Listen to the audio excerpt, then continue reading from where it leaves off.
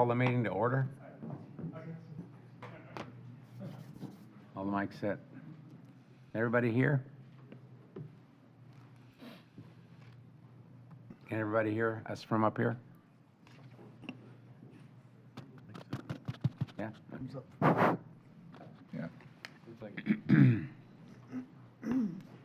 Okay, so if we could stand for a moment of silence and the Pledge of Allegiance.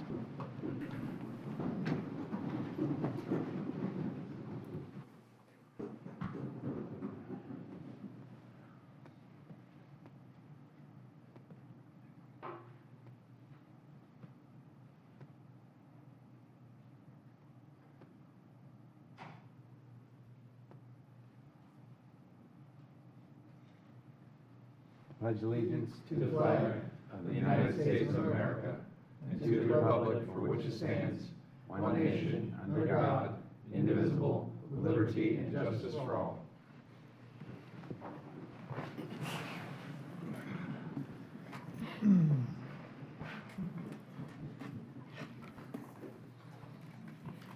Okay, Madam Clerk, can we have the roll call, please? Mr. Jamie Girardi? Here. Mr. Christopher Poole? Here. Mr. John Moody? Here. Mr. Matthew Munn? Here. Mr. Derek Motley? Here. Mr. Richard Tinello? Here. Chairman Charles Gray? Here. And proof of publications, please. The items were advertised in the Tampa Bay Times on July 10th, 2024, December 25th, 2024, and January 8th, 2025, or by affidavit of certified mailings and site postings. All right, thank you. We have minutes to approve? No. No. Okay. So I'd like to welcome everyone. We're the Planning Commission, and we're appointed by the Board of County Commissioners. We meet twice monthly.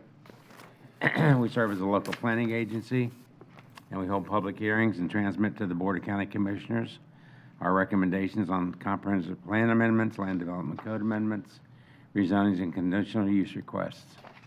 The Planning Commission is the final decision-making body for special exceptions, certain appeals, variance requests, and certain alternative standard requests. However, final decisions may be appealed to the Board of County Commissioners. If anyone is in opposition to any rezoning, comprehensive plan amendment, development code amendment, the Planning Commission transmits to the Board of County Commissioners. It's important for you to attend the appropriate Board of County Commissioner meeting. For those of you who aren't familiar with the meetings, we have three sections. We have continuances, we have consent agendas, and we have regular items. I believe today we have mostly consent and continuance, but it's been our custom to grant continuances when they've been requested by the staff or the applicant, unless they're extenuating circumstances. And consent agenda, we'll go through those one item at a time. If there's something on consent that you'd like to have heard, when we read it out, just raise your hand and we'll be glad to pull it off consent for and to put onto the regular items. Those and any items that go onto regular will be totally vetted today. Have a chance to get up and speak on those items. So if you are here to speak about something that's not on today's agenda, this would be the time to do it. Anything that's not on today's agenda, is anyone here for that? Okay. Somebody raising their hand in the back. Oh, there is, okay. Okay, so if you want to come forward, state your name and address, please.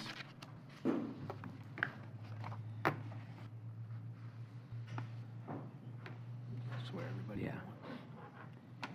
And let me, before you start, I'll just finish here. I want to ask everyone to please, if you have a phone or something, put it on silent position.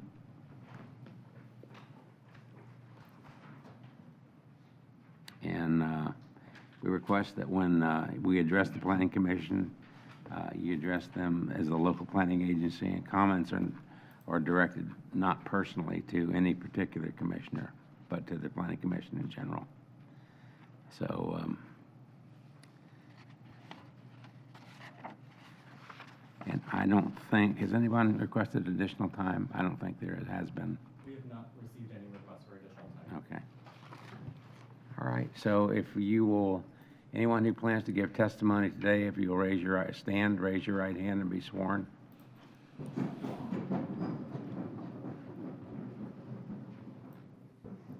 Do you swear or affirm the testimony you're about to give is the truth, so help you God? Okay, so if you give us your name and address, sir. My name is George Megaludis. Mm-hmm. The address is 3539 Emery Drive, Highland Lake Estates. Okay. Go ahead. Oh, I'm sorry. There was supposed to be a meeting today about the rezoning behind the high school, Anclote High School and Anclote Elementary School for a 300-unit apartment complex or building complex. Is that on today's agenda? It was written on the placard in front of the property. Okay. I believe that's PC4, which is Anclote Townhome NPUD for Lennar Homes LLC. That's a continuance, and that's a continuance to February 20th PC meeting, Planning Commission meeting at 1:30 in Newport Richey. So that'll be February 20th. So we have to come back. Yeah, I mean, you can speak to it today, but then you wouldn't be able to speak to it on the 20th. So Well, you the only concern is about that piece of property is that it has one exit in and one exit out, one entrance in and one exit out. And the exit is in the school zone.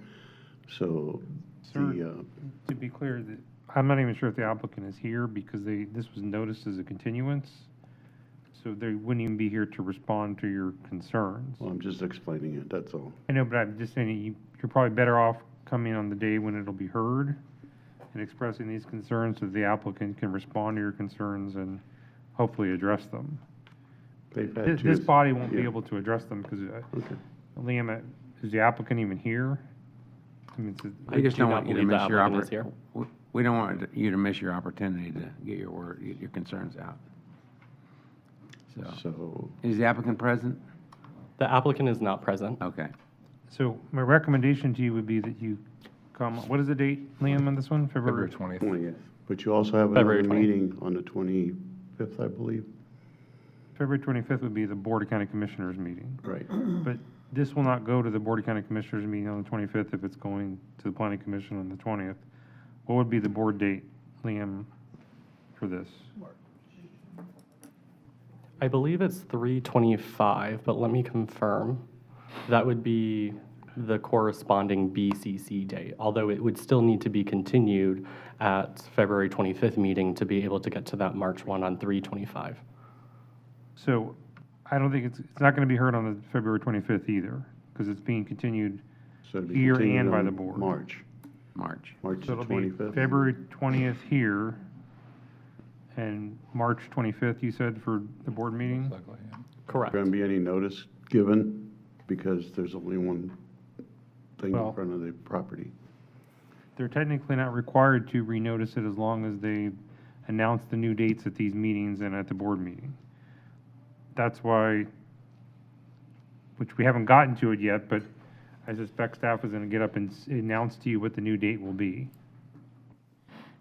Yeah, when we go through these one at a time, they'll give us the new date. So the two dates that you gave me are solid, Right. the 20th, That's what they will be as soon as they come up today. Unless they try to continue it again. the 20th of February, and the 25th of March, Right. correct? Liam's shaking his head, yes. Because we can pass the word around for that. Yeah. Mhm.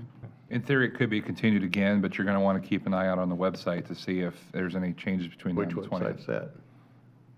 The Pasco County's website for the planning. yeah. It shows the agenda for this meeting, and you can click on the items, and it actually would show you that this item is being continued, Okay. because it might save you a trip down here if it's being continued again. I have all day. Okay, well, I'm Yeah, one of those- usually about a week I'm one before, of those retired guys. okay.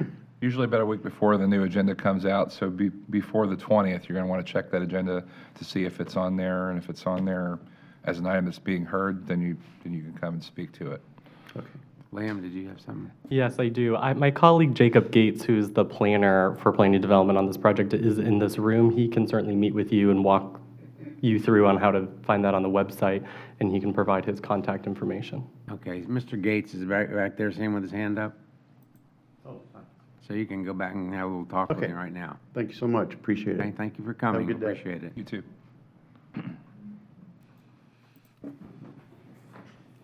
Okay, anybody else to speak on something that's not on today's agenda?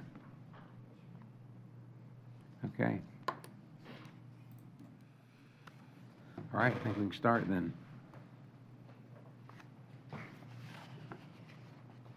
Good afternoon, Liam Devine, Planning Development and Economic Growth Department. PC1 PDE 25-7807. It's a special exception request in the name of Lake Shore Boulevard LLC. This is coming with a request to continue the item to a date uncertain. Okay. The applicant present? Anyone here to object?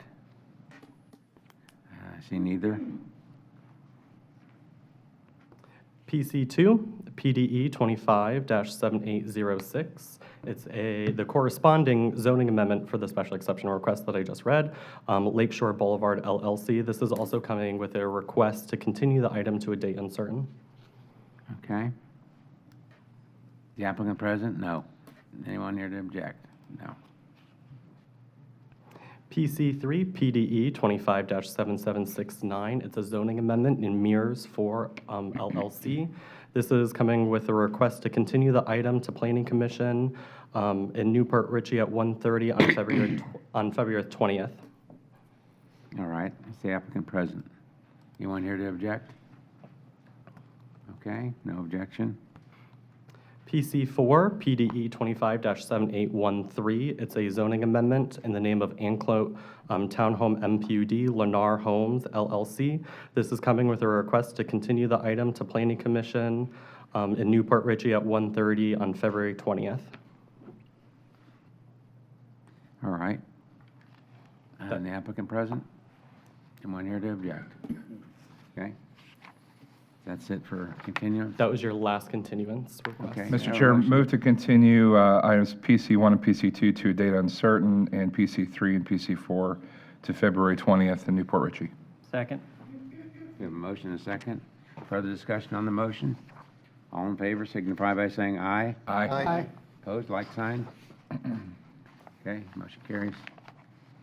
Our next item is PC5, PDE 25-CU05. It's a conditional use amendment request in the name of Spanish Lakes Land Company LLC, Spanish Lakes CU. It's a conditional use amendment to remove the height limitation of the previously approved multifamily dwellings in C2 General Commercial District.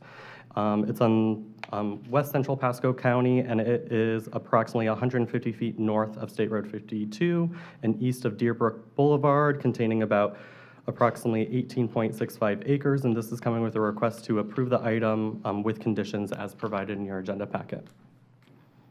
All right, is the applicant present? Anyone here to object? Don't see any objections? Okay. Next. PC6, we do have one individual sign up to speak virtually on this item, and we do have individuals in the audience who have signed up to speak on this item, so if we can pull that item. Okay.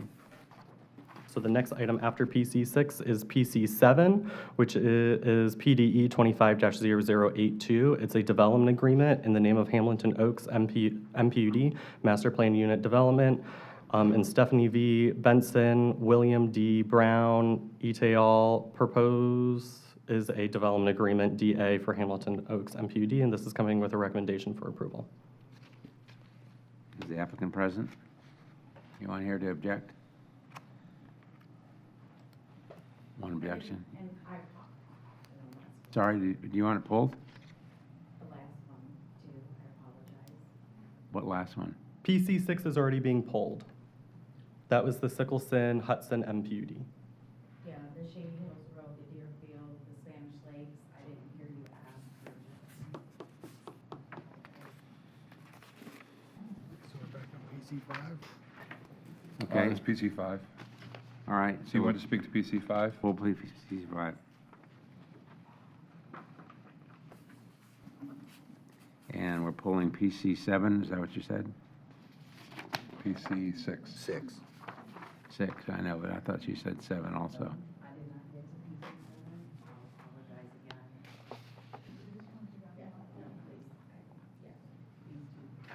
I'll apologize again. 5 and 6. Okay. I believe she's not pulling PC 7. Okay. Okay, so they have the applicants present, and there's no one here to object, okay? And then our last item, which is your addendum item, APC 8, which is PDE 25-7799. It's a zoning amendment. It's a substantial modification, Pristine Lake Preserve MPUD, Walker Development Company, a rezoning request to substantially modify the Pristine Lake Preserve MPUD to amend the MPUD uses to allow for the development of a 7,500 square foot office building. This is coming with a request to approve with conditions as provided in your agenda packet. All right. Is the applicant present? Anyone here to object? Mr. Chair, I don't have objection to this one. I did want to go on the record and state a comment, though. Okay. Well, let's pull it then. Okay. Yeah, I don't need a presentation on it when it's pulled. Okay. All right. That's all of them, right? That is correct. So do we have a motion to approve the ones that were left on? I believe the only. Move approval of PC 7. Yeah. Second. We have a motion and a second. Further discussion? All in favor signify by saying aye. Aye. Okay. All right. Again, Liam Devine, Planning Development and Economic Growth Department, PC 5, which is PDE 25-CU05. It's a conditional use amendment request in the name of Spanish Lakes Land Company, LLC, Spanish Lake CU. It's a conditional use amendment request to remove the height limitation from the previously approved multifamily dwelling units approved for C2 General Commercial District. The current zoning is C2. The future land use is MU mixed use. Again, the applicant is requesting to remove the height limitations that was previously approved in 2005, which restricted the height to 35 feet. And it's approximately 150 feet. I meant 150 feet north of State Road 52, east of Deerbrook Boulevard. It's located in the South Market area and urban service area. The service area does not have height restrictions. Here's the area. Zoomed out a little bit. To the northwest is the Spanish Lakes MPUD, which was approved for 295 single-family attached and detached dwelling units. Here's a zoomed-in aerial view. The surrounding future land use to the north is MU mixed use. To the east is Res 3 and Com Commercial. To the south and west is MU mixed use. The surrounding zoning to the north is C2, General Commercial District. To the east is AC, PO1, and C2. To the south is C2, and to the west is C2 and MPUD. The subject property is currently vacant on approximately 18.65 acres. On February 8th of 2005, the Board of County Commissioners approved a conditional use for multifamily dwelling units in C2 with conditions that limited the height of all buildings to be 35 feet in height. And access to the property is from Shady Hills Road and Deerbrook Boulevard. Deerbrook Boulevard is actually one of our vision roads on our table. The applicant has worked with Planning Development and Economic Growth Department and Transportation Engineering Department, as well as the County Attorney's Office, to provide alternative routes for that vision road. So this is what the current existing conceptual for that road is. It cuts currently right through the property. There are two options. This would be option A, which would come up and over along the property line, and then this would be option B. And this is coming with recommendation for approval with conditions from Planning Development and Economic Growth Department. Okay, and is the applicant present? Mr. Chair, I did have one question for Yes. Liam, but Liam? I don't know, well, maybe the applicant can answer it too. I just want to make sure that the property owners that are affected by this new alignment received notice of this hearing and know that this, as you know, Barbara, your client The answer is expressed yes. dismay that the alignment changed to land on the property where it is now. I just want to make sure we don't have somebody else claiming that they didn't get notice that this alignment was We changing. included it in our public hearing notice. That, about the alignment changing? Yes. Okay. That's what I wanted to know. And that included all the property owners that are affected by it? Yeah, we put it in our notice that went 500 feet out. So it pulled Okay. everybody in. Okay. Barbara Will Height, 8623 Grand Boulevard, Newport Richey, for the applicant. This is a change to make this approval consistent with two board actions. Subsequent to this approval, the board made a policy that in the urban service area, they did not want any height limitation. That was a few years back. And most recently, last year, the board amended the mixed use and a bunch of other land use categories to increase the FAR to allow for the fact that there is no height limitation in the urban service area. So this request just makes this action approval consistent with those two actions of the Board of County Commissioners. I would note that if you look at, I do have a slide that kind of just gives a little bit of context as to what's around us. I think it might be helpful to, I know Liam went through it, but this slide puts pretty good context on it. The first slide, please.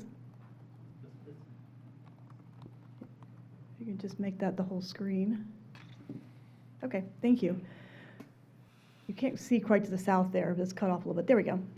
So this is our surrounding zoning. So to the north is C2, to our south is C2, to our east is C2. And what's important about saying that is not only is that C2, but that's C2 with no height limitation, because there is no height limitation in the C2 zoning district within this area.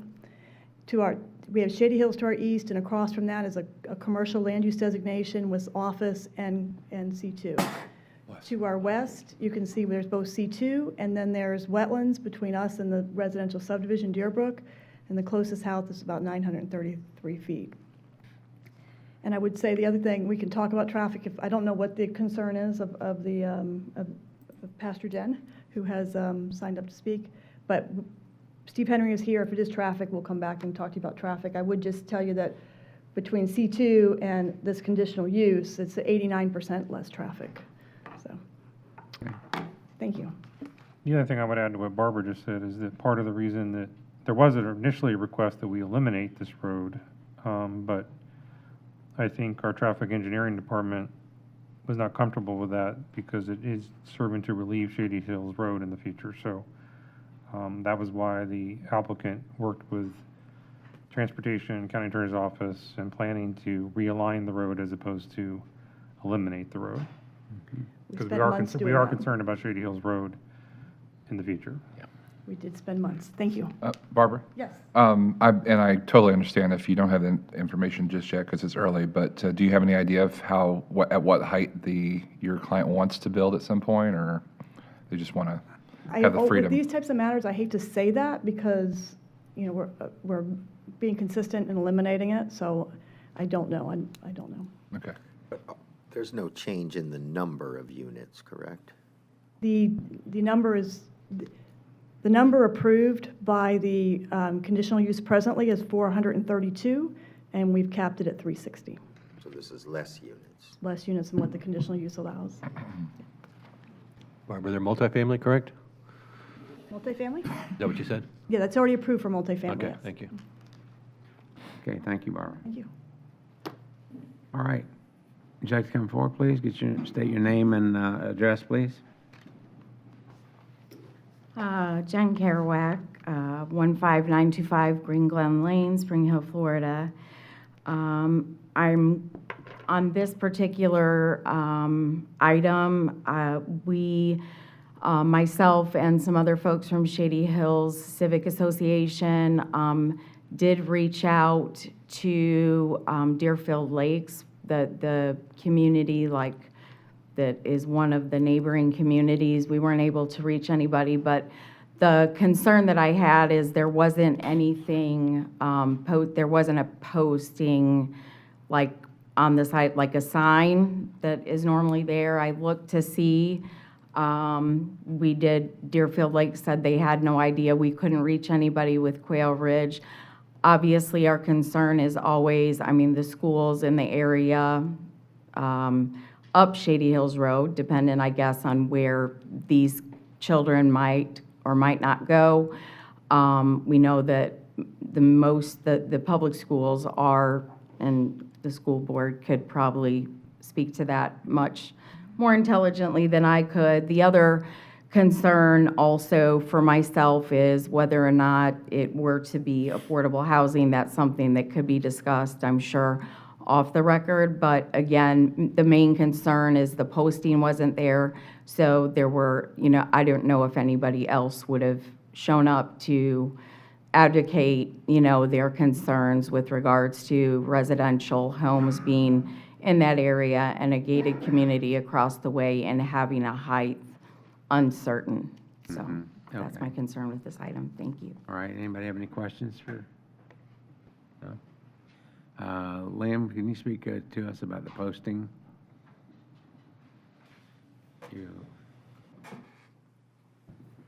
So the affidavit of posting and mailings is attached in your agenda packet. There are photos that are included that show that the sign is posted on the property. It's where Deer Brook ends into the property. So the property has been posted with a sign. There's a photo up close that shows what it's written, and it was advertised for this date, as well as far away as where it was positioned on the site. Okay. Quick question, just about the sign. I thought the board adopted new signs.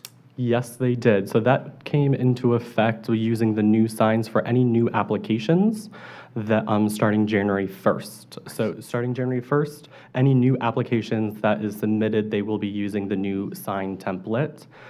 Any applications that are currently going through the process, to be consistent, they'll be using our original sign. So there will be a couple months grace period of where you'll probably be seeing both signs, but hopefully by March, for any items going around that date, majority or all of them will be transitioned over to the new signage template.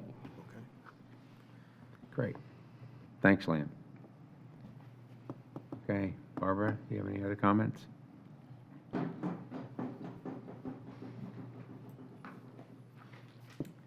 I do not, unless you have any questions for myself or my team. Can we just get Mr. Tennell, since it was raised, could he Yeah. address the school capacity issue? Yes. I was just looking this up. Just as a background, whenever Barbara does these, I get notified, like, this was back in August, so we have, constantly going back and forth as far as communication. But the multifamily with 360 units generate 42 elementary students, 19 middle school, and 25 high school. Seems a lot of people think that, okay, 360 units is going to be like 360 kids, but it's not. That's how our generation rates work. And the way they do work is we have all the information on where the students are, and for a multifamily unit, we actually have all that data. So the generation rates are based on real data that is out there in Pasco County. So also this would affect Mary Giella Elementary, which currently has capacity, Cruz Lake Middle, which currently has capacity, and Hudson High, which also currently has capacity. So there's no issues from our end Okay. as far as capacity. All right. Thank you, Mr. Tennell. Thank you. All right. Do I hear a motion? Motion to approve PC5? Second? Any further discussion on the motion? All in favor signify by saying aye. Aye. Opposed, like sign.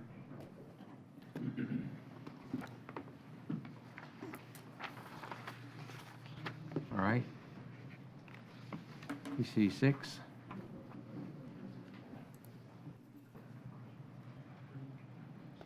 Good afternoon, Planning Commission members. My name is Kurt Syverson of Planning Development and Economic Growth. It's my distinct privilege to present to you for the first time.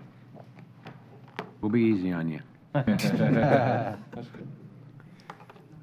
We don't bite that hard.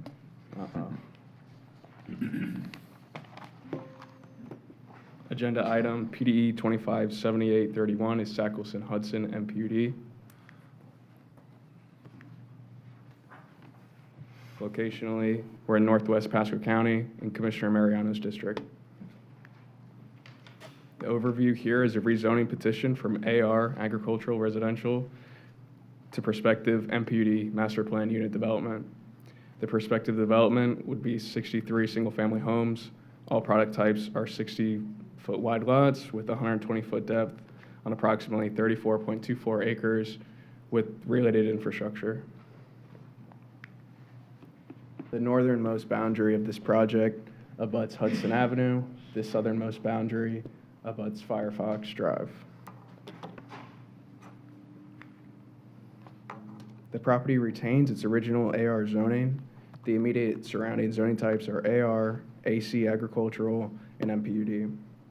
The current density of this property is 1 dwelling unit per acre, allotting 34 units by gross acreage. Granted approval of prospective Sackleson Hudson MPUD, the property's density would increase to nearly 2 units an acre, or 0.54. The increase in density is appropriate for the growth of this area without exhausting existing infrastructure. Our future land use of the subject property is residential 3 dwelling units per acre. The permissible maximum development by gross acreage would be 102 units. This project seeks a maximum development of 63, nearly half the permissible by total gross acreage.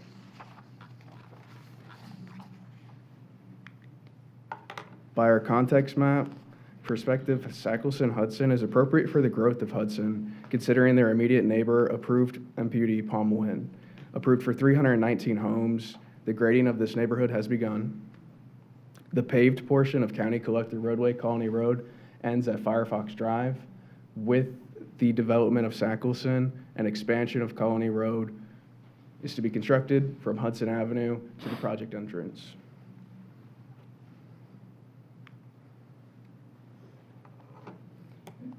Illustrated on the MPUD master plan, Sackleson Hudson will convey 124 feet of right-of-way consistent with BCC PD and E study of 52 and Colony from Hudson Avenue to the southeastern project boundary. The maximum development of 63 single-family homes will retain 1 product type, with the typical being illustrated here with a 60-foot wide lot and 120 feet of depth. Next, I'd like to show the binding conceptual plan. The development of Phase 1 of Colony Road expansion is the development of a 62-foot wide 2-lane roadway from Hudson Avenue to the project entrance with a dedication of 124 feet for ultimate development of a 4-lane roadway. Additionally, the applicant has conveyed to Pasco County from the project access to their southeastern boundary the 124 feet for future development of Colony Road. The stormwater pond located at the intersection of Hudson Avenue, Colony Road is creditable. The 2 southern ponds were essential to the project, therefore not creditable. Internal capture of the residents is a priority. In lieu of a western vehicular connection, the applicant has committed to heightened internal pedestrian capture. Although faint on the binding concept plan, there are trail connections to the north and the southwest of the project connecting to their sidewalks. Landscaping requirements and prospective Sackleson Hudson MPUD here, per condition of approval, number 12, come directly from PM 26, being the 2 trees per single-family home, one of which required along the frontage. Next, I'd like to show you the Colony exhibit. Shaded from Hudson to project access is the 62-foot expansion of Colony Road. Hudson to the southeastern project boundary is the total conveyance of 124 feet of right-of-way. The creditable pond is also shaded at the intersection of Hudson and future Colony.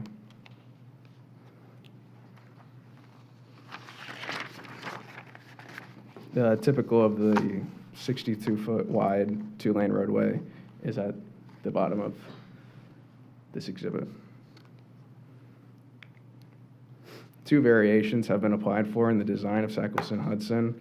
The first being 901.6.D.11, street design and dedication.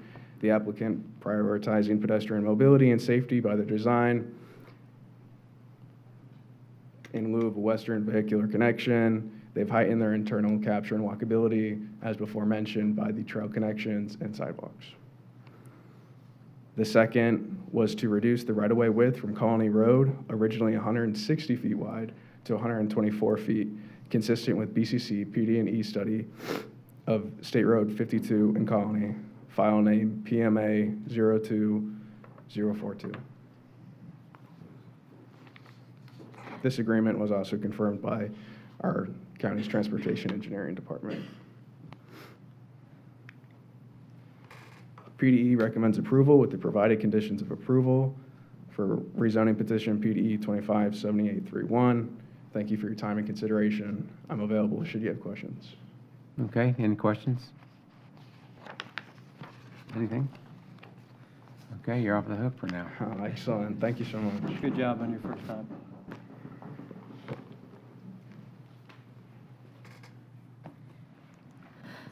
Barbara Wilhite, still at 6327 Grand Boulevard, for the applicant. Mr. Sivelson, very nicely done. It's a pleasure to work with your staff. I do have a PowerPoint that we're handing out, a short one, and that more great staff has put up for this presentation. You have a motion to receive and file. So moved. Second. All in favor? Aye. Opposed? Okay. Thank you. I don't want to be repetitive of the PowerPoint because that was pretty specific and exhaustive, but this is the location of the project. This is the concept plan that you saw, quite a bit of care putting into this, a lot of work with the TED department, new name, Transportation Engineering Department, with regard to Colony and accommodating the county's 4-lane Vision Road, pretty significant Vision Road going all the way from 52 to Hudson and then beyond. Our density is 63 single-family detached. The larger lots, what I hear my builder clients say is the step-up at a 60-foot lot. The current comp plan allows 102 as the maximum density, so about half. This is a pretty good context of what the board has approved for Palm Wind. The shaded in the orange are the 40-foot lots. Shaded in the, we can call that cream, I guess. Those are the 50-foot lots. Consistent with that, we do have single-family detached, but we have the larger lots of 60 feet by 120, which will complement their product mix and provide an additional product mix. These are the some of the renderings of the homes that my client DRB offers in the area and will likely offer here. I think they're very nice. Yeah, look nice. The one thing I wanted to note, and coming back to our concept plan, we can't, if you can go down so we can see so we do have a connection to Foxfire, and I imagine that may be some of the comment from our neighbors, we'll see, but I wanted to explain that. Foxfire is a standard road, meets the county standards, and we have included the connection because it's a land development code requirement. The Board of County Commissioners in 901.6D11 have made continuation of existing street pattern a priority. I can tell you in every one of my MPUDs, it's a priority, not only with the staff in implementing it, but also when I get before the board. So that's why we have a connection to Foxfire, because it's a standard road and the code requires it. I do have my team, and we'll see what the neighbors, what kind of questions and comments they have, and we'll be back to talk further. All right. So, can I ask Barbara a Any question? question for Barbara? Yeah. Yes. Barbara, this is the first time thank you for this overlay where you show Palm Wind and your project together, because I had not seen this before. Is it looks like the Palmwin MPUD is showing some kind of interconnect to your project, at least if this graphic is accurate. Does it connect? Let Does me it connect have- to Future Colony Road? Because Let me it see if, yeah, Stephen from looks Level like Up. it stubs out at your project boundary, and I mean, if the intent is that that would connect to Future Colony Road, though I think that's a good thing, but it's very difficult for me to tell from this graphic if that's what's happening. Yes, I know Stephen reviewed their plans, so he can probably answer that. Okay, Stephen Sposato, planner with Level Up Consulting. Yeah, that's correct. and your address is, I'm sorry, Sorry? your address, 505 East Jackson Street, Tampa. and you've been sworn. Yes, yes, sir. Thank you. Yeah, just to confirm, there is a interconnection with the Palmwin MPUD to the Colony Road right-of-way, not directly to our site. So you can sort of see on the very southern boundary of our site is where they propose an interconnection. Thank you. Yeah, the only request I would make is, before this goes to the board, if you could modify your binding concept plan, if this is your binding concept plan, to show that connection on your plan. If it's not there, I don't know if this is, I don't know if the one you handed out is the binding concept plan or not. Is it? They would need to give some kind it of is. right-of-way or something for that connection, David, is that what you're getting at? No, it just that, It looks like it crosses no, a it looks little like, I think, sliver. that's the part I'm a little unclear about, is whether it needs some kind of, it does look like there's a little sliver between their interconnect location and the colony right away, but that may be just an error in drafting or the way this is depicted, I don't know. But Good point. if the intent is that it's going to connect to the colony right away, I think it should be shown on your binding concept plan, Okay, so that the world knows that that's where that connection is occurring. and to make sure that that connection can actually occur. Yes. Understood. No problem. All right. Okay, is there someone who wants to speak on this one? I think you're it.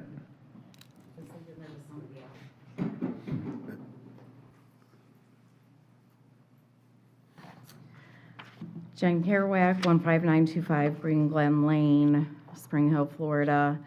The concern that I have, and really it's with, continued development in regards to this area and other areas, as we know, Florida statute, the governor signed into law at 125.02, public camping and public sleeping, and as the person and individual that night by night, as folks come into the church, and we're thankful to be able to do it.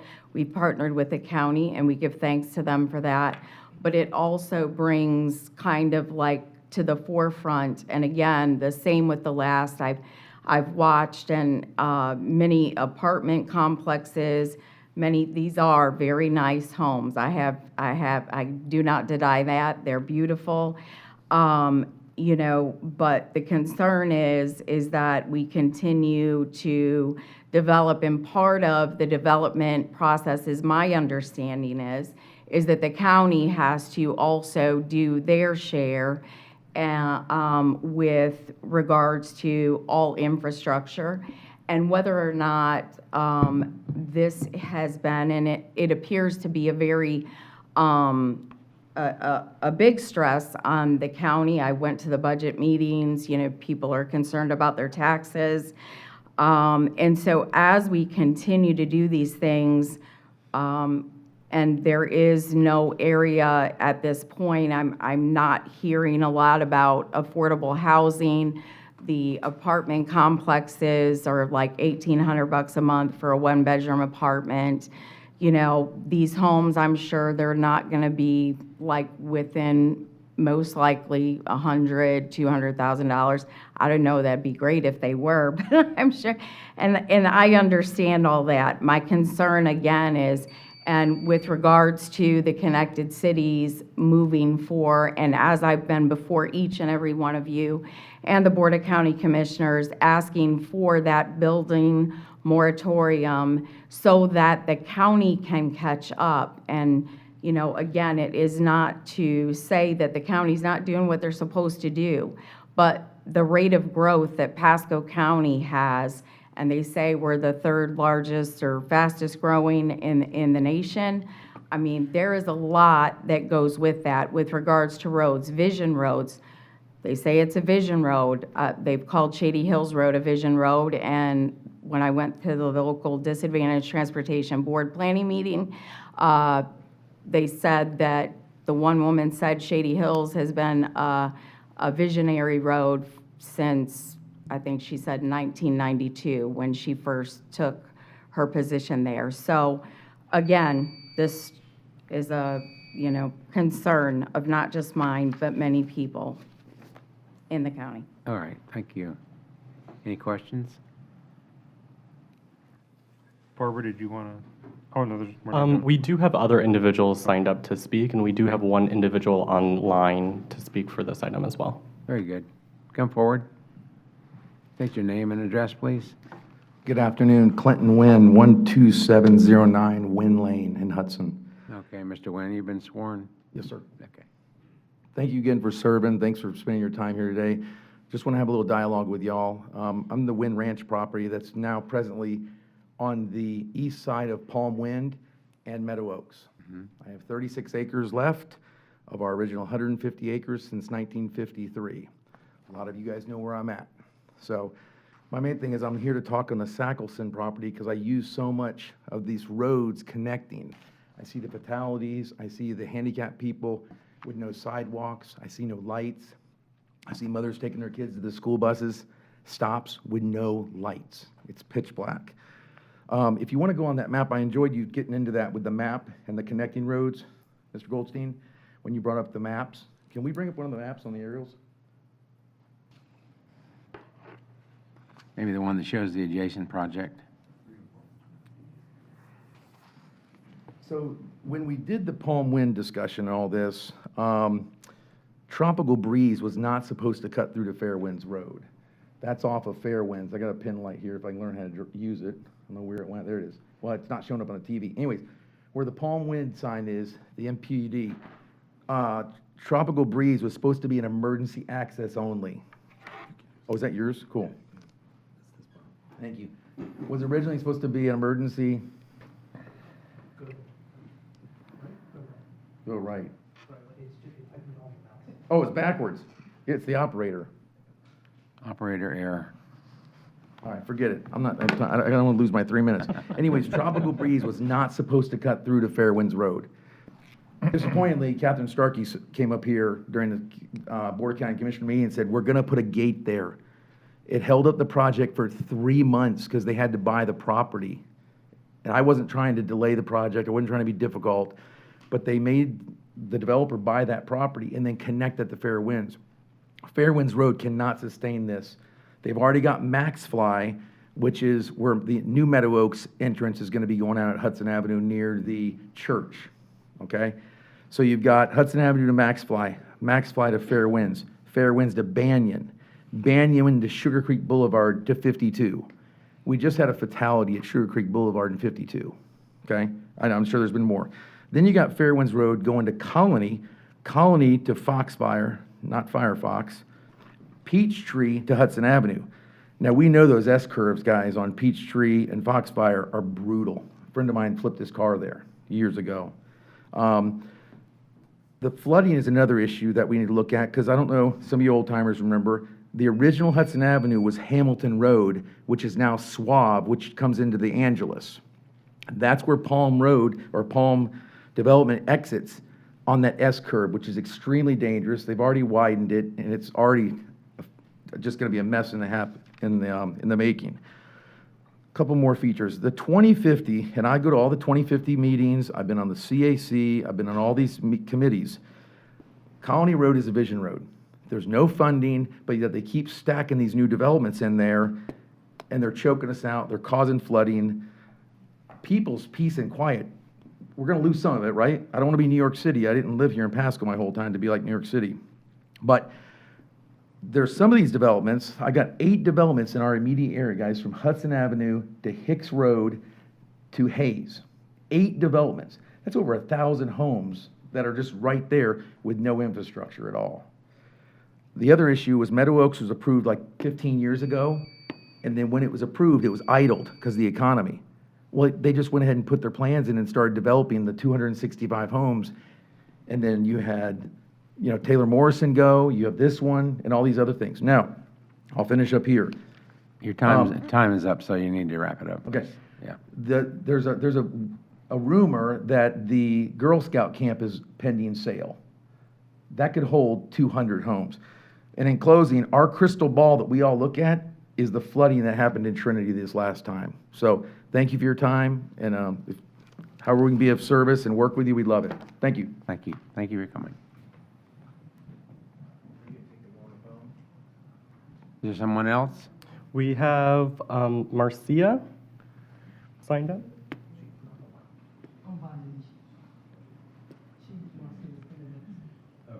So Ms. Harris. All right, Ms. Harris, if you give us your name and address, please, and tell me if you've been sworn. I have been sworn in. I'm Vondanisha Harris. My address is 11702 Foxfire Drive. Okay, thank you. And our concern is, like we spoke about the traffic, and I moved here from Tampa to get away from traffic, and everything is just growing at a rapid rate. We already have one subdivision being built down the street. And my thing is, when you come out on Colony to 52, if you're going west, you got to go all the way over to the 3rd lane to make a U-turn. It's not like the traffic light is there. So with the traffic building, we already have an issue when you get there waiting to go out to make this U-turn. When you come home, same thing, you got to make a U-turn to come back down to Colony. And then on Peachtree goes out to Hudson Avenue, same thing. No traffic light, you're just sitting there waiting for the traffic to clear for you to make the right or the left. And it's already increasing with the amount of time it takes us to get out of our homes and get where we're going. And when they put all these homes in, our traffic is going to be, I don't see how we're going to be able to even leave home and get back home. And then we have kids that walk to the bus stops and things, and there's no lighting there. So it's a lot of issues for this small area to take on all these extra subdivisions. And then I'm definitely concerned about the flooding once they add in these subdivisions. And they could tell you during the last 2 storms, we did not flood. We did not. And if they start putting these subdivisions in, where's the water going? To our properties. So I would just like for all that to be considered. And if you look at the map and see how tight the road and things are, when they add all these people, where are we going? How are we going to get out? How are we going to enjoy our piece of paradise? Where do you live there? I live 11702 Fox. I mean on the map. What's on the map? I'm not far from where that entrance would be.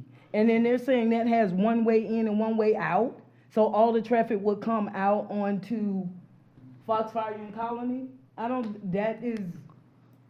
see how that's gonna work out. Can I ask you a question? Yes. So when you go down Colony and you have to make that U-turn at 52, where are you going? Where am I going? Usually to work. Okay. And where do you go get groceries? Everything is like in that same area where we have to do everything. There's no place for you to go on Hudson Avenue, right? To Oh, go no, get no, no, groceries, no. no jobs, no anything No. like that, right? No.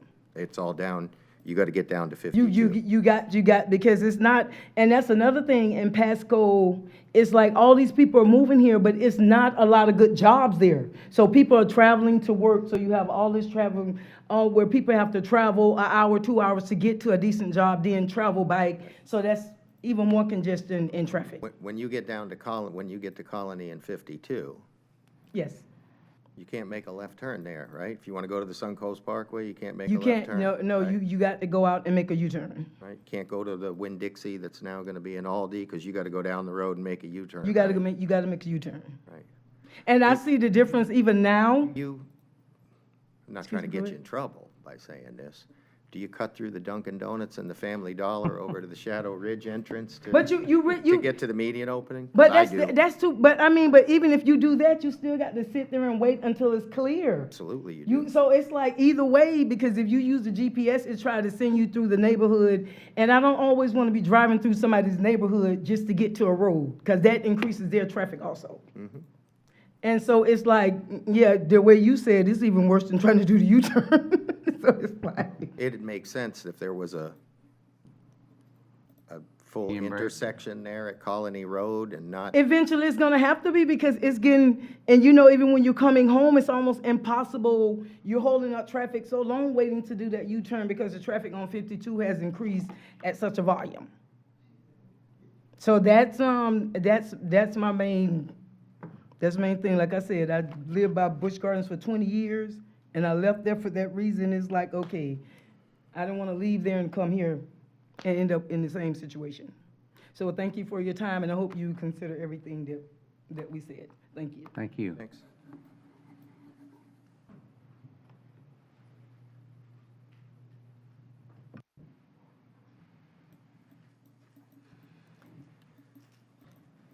Good afternoon. Good afternoon.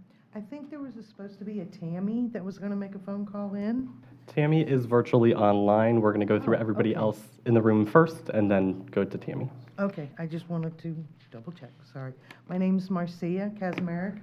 I live on 11908 Foxfire Drive. Mhm. I live directly across from what is being planned.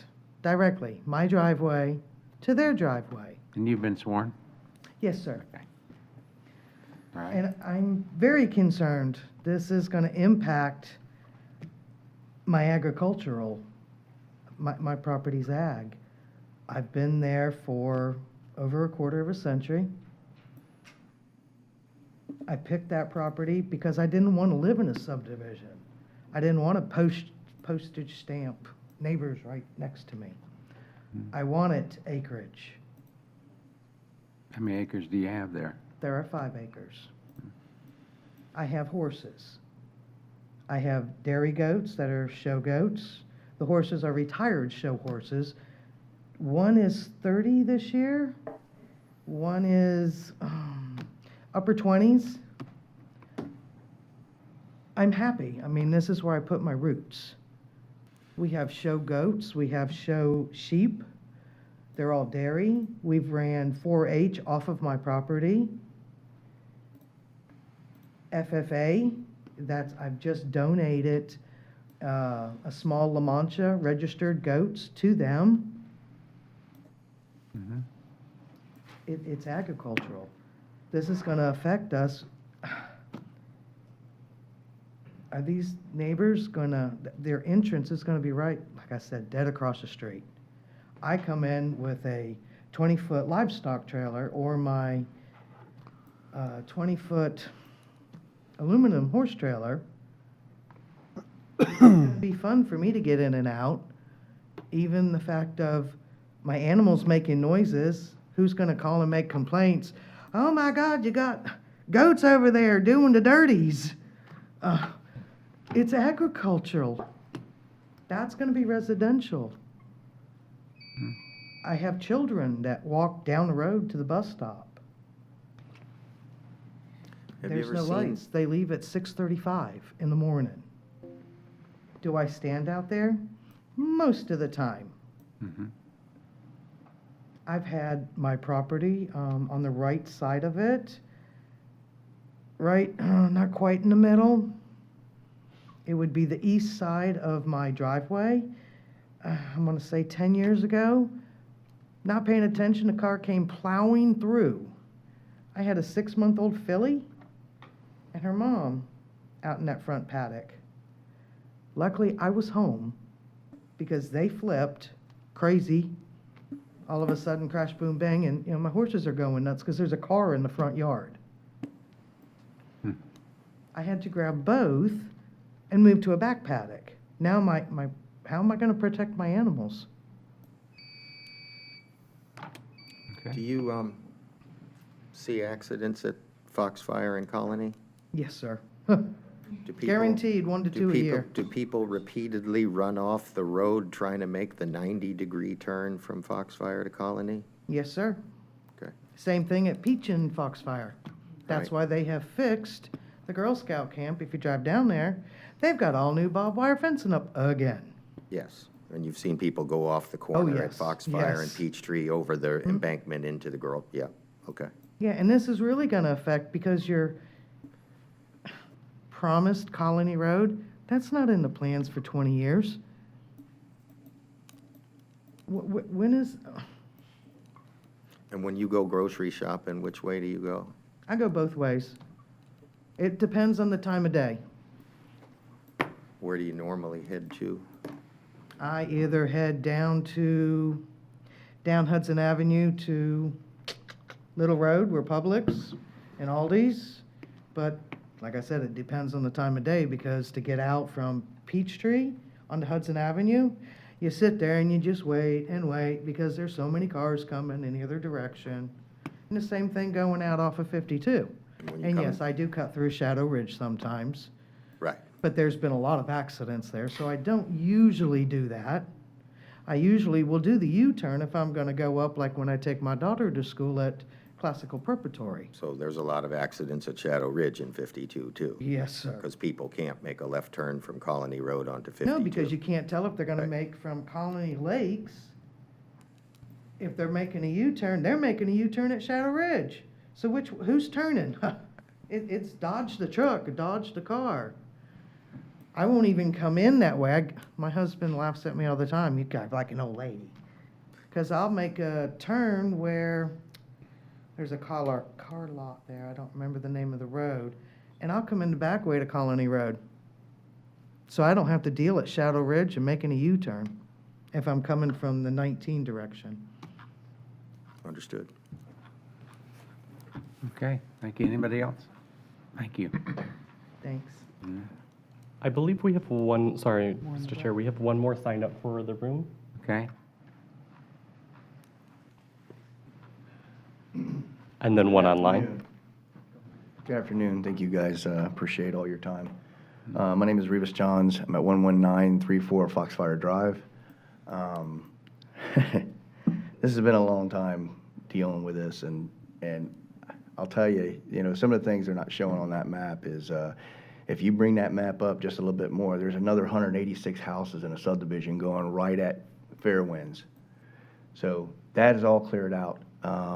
About 4 months ago, when they were still doing the land work, they hit a spring and flooded out everybody on the other side of them. All right? Now, with that being said, I'm up on the corner, right catty-cornered from where they're trying to come out for Foxfire Drive. Now, it's called Shady Oaks Ranches. It is a small neighborhood, but the reason most people purchased there is because it was Shady Oaks Ranches. It was small. It's zoned agriculture, and you must have 1 acre or more to build. So when they talk about it's mandatory that they have another exit to come out of Foxfire Drive, the problem I have with it is if you're going to make an exit to go out Colony Road to Hudson Avenue, that means that the exit, or whenever they get ready to connect Colony Road, the builder doesn't have to pay for that. The taxpayers do. All right? And that's an issue. So they're going to go and buy this property out so that it costs them less money to inconvenience us and to change our way of life. That's not right. And at the end of the day, with all this building going around, we've already experienced the flooding and the extra water and stuff in the ditches and around our property. It's not settling in. Now, there's at least 4 of us on the corner and around the corner that are having troubles with our septic tank because the water's not draining the way it should because of all the developments. Now, I don't know about you, but I know a new septic tank, if you don't put a lift station in, is over 10 grand. Why should I have to pay for that? Why they sit around and get rich off of building all these communities and inconvenience everybody else? That means I'm going to end up having to call and get flood insurance eventually. So with all this being said, I don't understand why they can't connect from Colony Road and connect it back to Colony Road, and that gives them their entrance. Therefore, we don't have all this traffic shooting out on Foxfire. Let them pay for something for once. You know what I mean? But I thank you guys all for your time. I know my time's up. I don't want to steer in another direction, but there is so much going on here and so much wrong with this that it really needs a second and a third look at it. And I believe that extension that they're buying these people's houses for was something added and something new. But thank you very much. I appreciate everybody's time. Thank you. Okay, let me ask you a quick question. Where's your house? Right there. Where is it? Right on the There? corner. Okay. And they had to move the telephone poles because there was so many accidents. They moved them down my side of my house. I'd be surprised you're having trouble with your septic tank, 'cause that's pretty high ground there. Well, it is, but them, me, the people next to me, because all these subdivisions and what they've done with the dirt, if they've raised it 3 to 8 feet above the roadway. So therefore, your original plans that you show, if you bring them up, you'll see all the way that it will actually flow. But when you build all this and you move all that dirt, it changes the flow for the people that are not moved. That's the reason when you guys do your flood plains, it changes about every 3 to 5 years.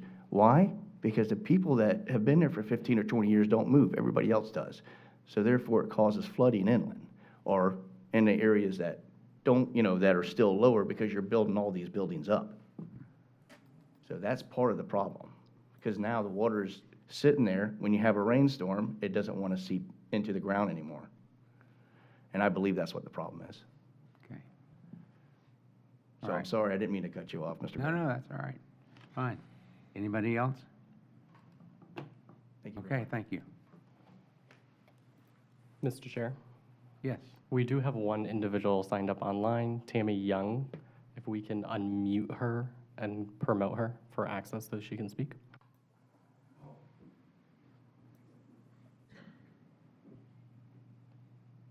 Ms. Young, are Hi. you available? Yes, sir. Can you hear me? Yes. Could you give us your name and address, and then we'll swear you in? Tammy Young, 11727 Foxfire Drive, Hudson, Florida. Okay, and if you'll raise your right hand, we'll trust you to do that. And repeat after the clerk, please. Do you swear or affirm the testimony you're about to give is the truth, so help you God? I do. All right. That was easy. Go right ahead. I do appreciate your time for letting me speak. So I'm coming to you today. Some of my neighbors and myself are opposed to the planning housing development that we believe will cause more traffic and safety problems, possibly destroy local wildlife in this area, and potentially lower our property values. So concerning the traffic and safety, just to add on to Ms. Harris, as we do go out that way down Colony to 52, I do work in Newport Richey, so I have to make a U-turn there, and I typically go down Moon Lake Road to my job. Now, there's a stop sign there, and there's 3 lanes of oncoming traffic that have 55-mile-an-hour speed limits. Typically, people travel higher speed limits down there, as I see. So that is a concern of mine as well. Trying to make that U-turn, it would be awesome if you could possibly put a light there or maybe a 4-way stop to help with some of the difficulty as to coming out onto 52. I would also like to speak about the wildlife. As I bought my place 5 years ago here as a single mom. I was looking for some acreage. Do have a 1-acre lot. I could have bought in a brand new housing development, but that's not what I wanted for my life or my kids. So I have property here, and just this morning, Go ahead. 18 peacocks in my front yard. I see owls. I also have woodpeckers. So I would like to request that maybe an investigator be appointed by appropriate agency to investigate the area for endangered for this development starts building. Also, I'd like to talk about the property values. I was disappointed to see that this entrance is going to be within walking distance of my driveway. I'm also concerned about the flooding in the area as well. I mean, I do have a manufactured home on my property that sits up high. I've never had to worry about flooding. But I am concerned with the building of this development, having to build up the land back there. So that this development is right behind my home. So I'm concerned about that as well. I do ask you to take into consideration these things that I spoke about and my neighbors as well. Thank you so much for giving me this time. Okay, hold on just a minute in case we have any questions, please. Yes, sir. Any questions from up here? No? Okay. Thank you very much for coming on, and we'll take your concerns into account, and we'll Thank also, you. we're going to bring the applicant back up to respond to some of your concerns. Okay? Yes, sir. Thank you very much.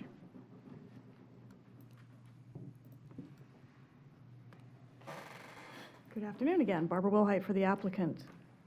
One thing I want to make clear is that our entrance is off of Hudson Avenue. We are constructing that portion of our entrance, actually we're constructing to Colony Boulevard Vision Road standards.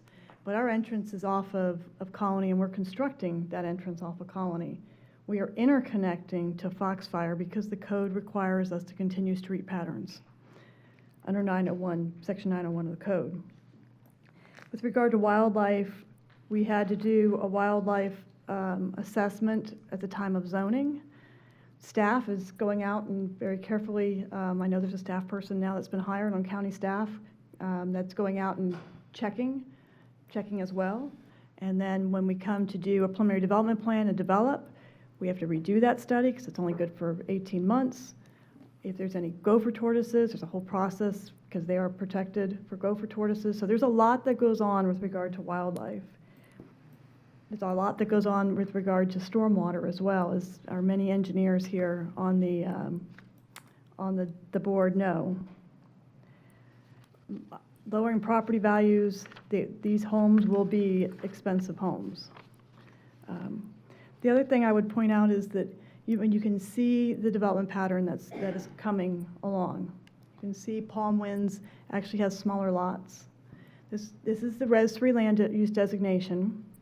And as Mr. Wynn said, he did participate in the comp plan for these areas, as did I. That would have been in 2005, 2006 probably, the last time we had a CAC for a comp plan update.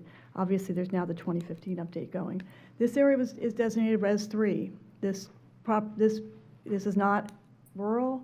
It wasn't designated agricultural. So when you see that in the comprehensive plan, you see an area designated Res 3, you're going to see this type of development. Actually, and we are at the lower end of the development with what we're proposing because we're proposing the lots. We will not be on septic, we will be on water and sewer. There's water and sewer, the infrastructure's already there in place for us to have water and sewer to this project. Again, that's an investment in infrastructure that's been made. So we will be using that investment, we will be continuing the investment by extending and paying to have water and sewer in our project. I was going to ask about that, Barbara. So where is the current water and sewer infrastructure? Going to have to look at one of my technical team members.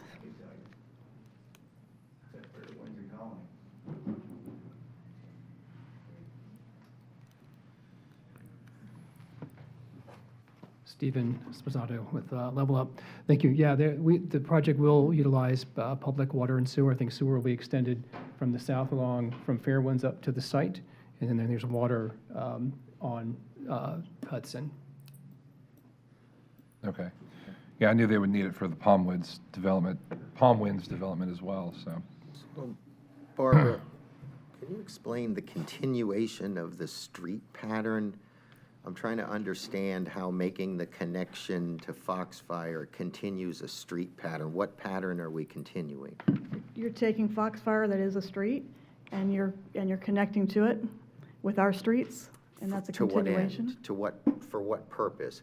What I'm looking at this map and I'm seeing, okay, if the grand plan is to widen Colony Road and make it a 4-lane road that goes between 52 and Hudson Avenue, what am I gaining by having that little entrance on Foxfire when Colony Road will be kind of the main road? I'm not understanding the purpose.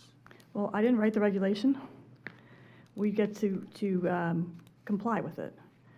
It's LDC 9016D11. So that And wouldn't be it's- fire access only? No, To continue the, It is required to have a full connection. When you have an existing street, that's a standard road, the board's regulation that the board adopted says that you have to connect your streets to that existing street. And that is what we are doing. We get the comment all the time. We get asked by the staff gets asked, they can speak for themselves. They get asked about it all the time by the board to enforce this section of the code. I understand that, and I understand it's in the code. But I can think of examples throughout the county. And I'm thinking about even somebody who buys in this neighborhood. So I live out here.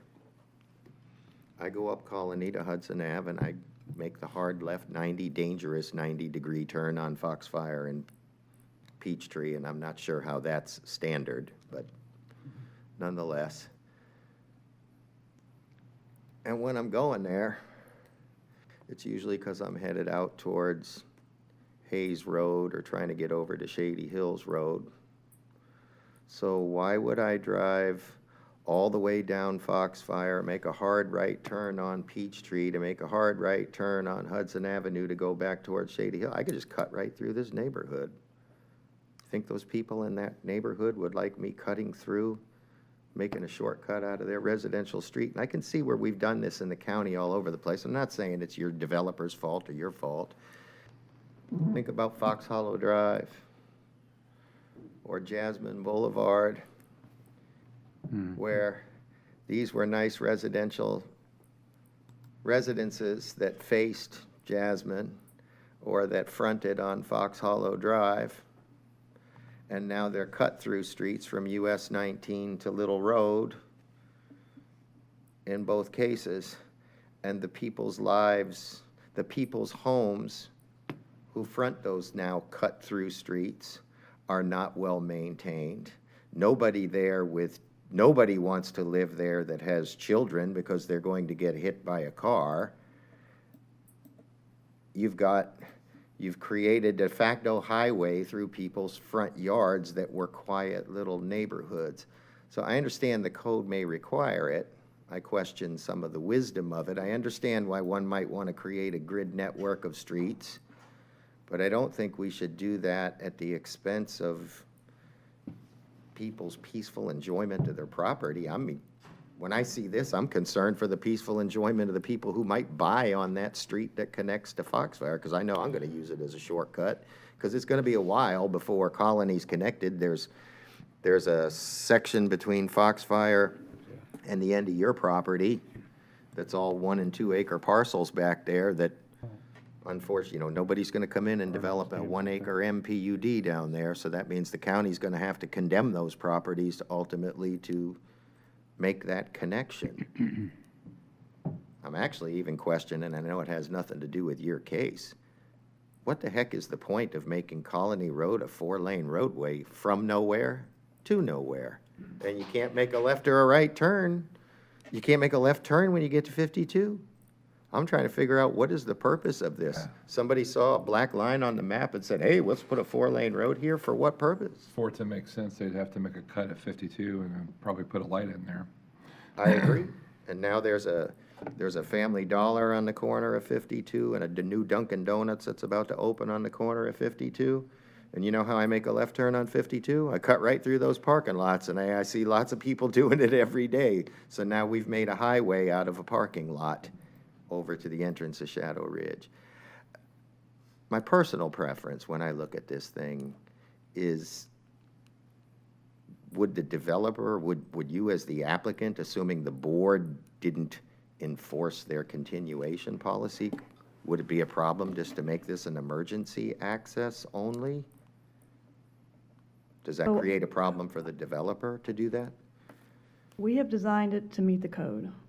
If the planning commission wants to make whatever recommendation to the board, but you put us in a position where we have the board telling us this is their regulation, and they want it enforced by their staff and the developers. Well, no one's saying So- anybody did anything wrong. So, I'm yes, just but asking. what I'm saying is that you want to make a recommendation to the board about that, but I'm going to move forward with the project and our request, which is to comply with what the code says. It's ultimately up to the board, it's their regulation.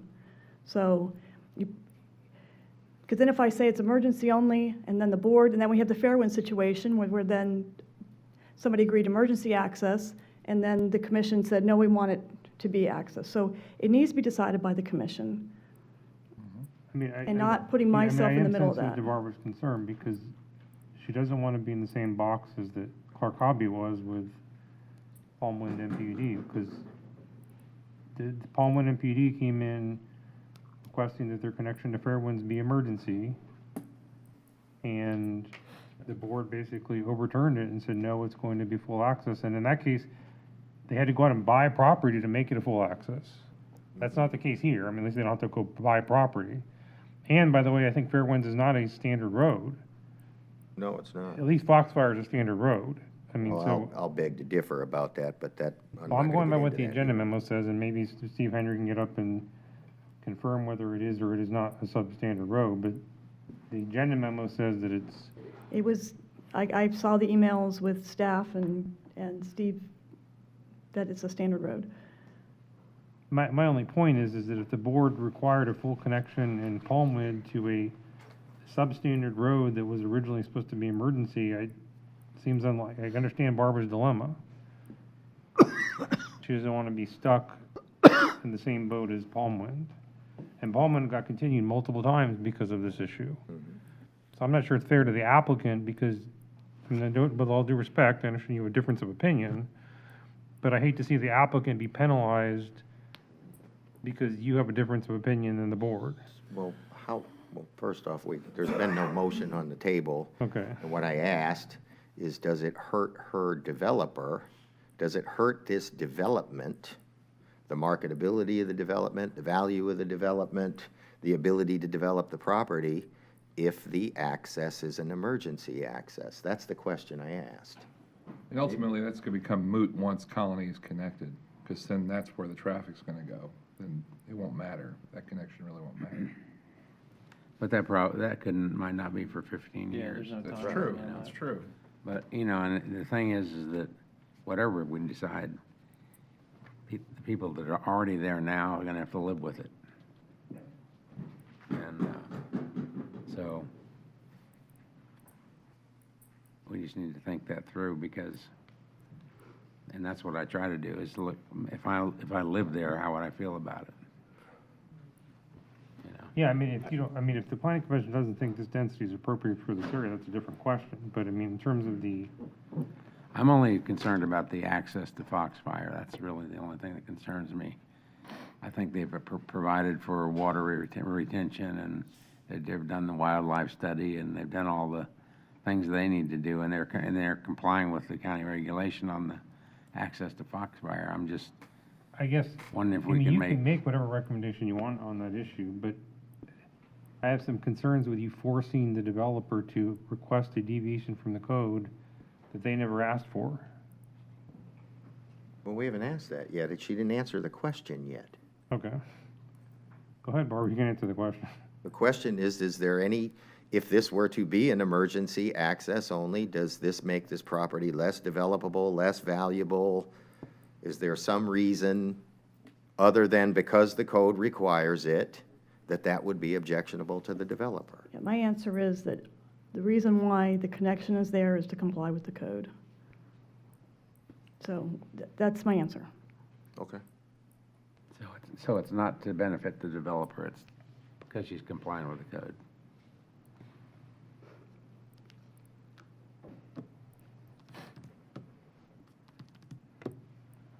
Well, I will tell you that in the case of Palm Wind, and I realize it was a different situation, if Clark Hobby were here, he probably would say that it did adversely affect his development to have to change course midstream on this issue.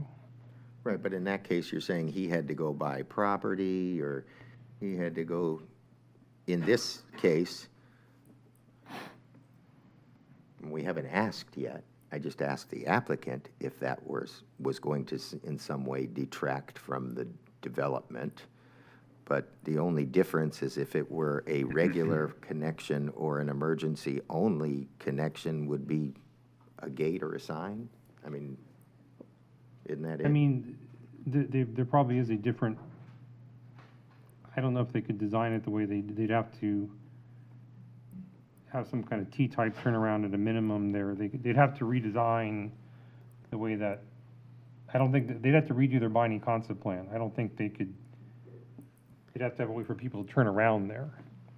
I would I don't know if they also- would lose a lot or not. I mean, Barbara, you may need. Yeah, I don't know, I'd have to get with my team, but we heard about Peachtree in Hudson. Wouldn't my trips, if they don't go on Foxfire, wouldn't they go to that intersection? I'm sorry, I'm not Wouldn't, understanding. so, right now we have the interconnectivity, so it gives you multiple ways to go, which is why that is written, by the way, this is why that code section, my understanding of why it's been written, it's been around a long time. But if we don't have connectivity to Foxfire, then our way to get to Colony is via Peachtree. So again, that's why the board does this. The board has this policy because they want traffic to have different ways to go. And that's fine. So that's- I think the that's the board, reason. board, if you're listening, Oh, I'm that's sure they're great. listening. And it works great, Jamie, in your neighborhood in River Crossing Boulevard, where homes do not front on River Crossing Boulevard.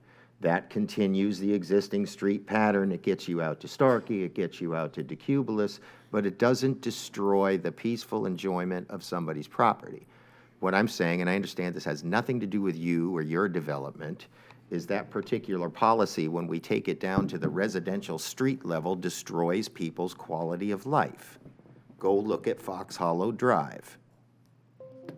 That's the one of, and Jasmine Boulevard, that is one of the poster childs for making a residential street a cut-through street. Oh, yeah, And it Regency. destroys the property values, it destroys the aesthetics. It's not a place where families want to live, and I question that policy. I'm not criticizing this development or you or your developer for following what the code is. I'm saying to the staff and to the board, if we're applying that policy to the point where it's a detriment to the value and the peaceful enjoyment of people's property, then we need to relook at that policy. And I've said that here before. The other thing I've said in here before, when we were talking about Palm Winds, and I think it's Brighton Park or whatever the name of the D.R. Horton development is down there at Fairwinds and Colony, that the developer managed to flood everybody out while he was digging his retention ponds there for a few weeks. You're putting all this traffic on Colony Road. Has anybody been down to the DOT and said, how are we going to undo this mistake we made 30 years, 40 years ago, when because we didn't like a nudist colony on Colony Road, that we cut the access off to Colony Road to give an exclusive access to Shadow Ridge. Well, now we're getting all this development on Colony Road, and we're planning on making it a 4-lane roadway down between Hudson Avenue and 52, and there's no way to make a left turn. Everybody's forced to make a U-turn. And and I realize you guys don't control what the DOT does for decisions. I live right around the corner, and I use Lakewood to get out to 52, and you just cut off our access there too, so that we can have an exclusive left turn into a 3-story climate control building that literally has 0 traffic, and now nobody in our neighborhood can make a left turn out of any of the connecting streets in our neighborhood. We can't make a left turn to go get groceries. We have to cut through the parking lot of a Dunkin' Donuts and a Family Dollar so we can get over to Shadow Ridge and try to make a left turn out there. And to the lady's point, if you've ever, in fact, tonight, I'll take a video of that and send you as you see 20 cars piled up in that median opening, and there are nonstop accidents there. That needs to get fixed. I'm not against development of this area, and I understand it's Res 3, and eventually there probably will be more development. But somebody needs to be looking at, from a long-range transportation planning, what you're going to do. These houses are imminent. Somebody needs to fix that intersection at Colony and 52. I don't know whether that's the county or the DOT, or you need to work together, but some transportation planning needs to happen here, or this is going to be a major traffic disaster. So, I don't, do we have transportation, somebody from transportation engineering that's available that can at least discuss what, if once the Vision Road is built, what the county would do and/or DOT would do with that intersection? Mr. Poon is here in the audience, or was. Yeah, some earlier. He's hiding back We there. probably need and if Put there's you on any- the spot, Will. Is there some way that we can pull up a graphic that shows that intersection so that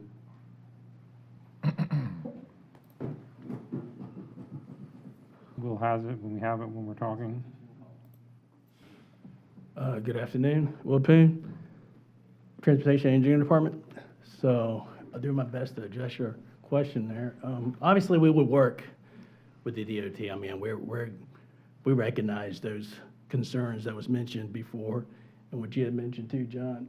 But obviously, in looking at this, we would definitely, coordinate with the DOT and figure out what can we do. I mean, there even been some discussions about it, even with the current conditions. So we can look into it.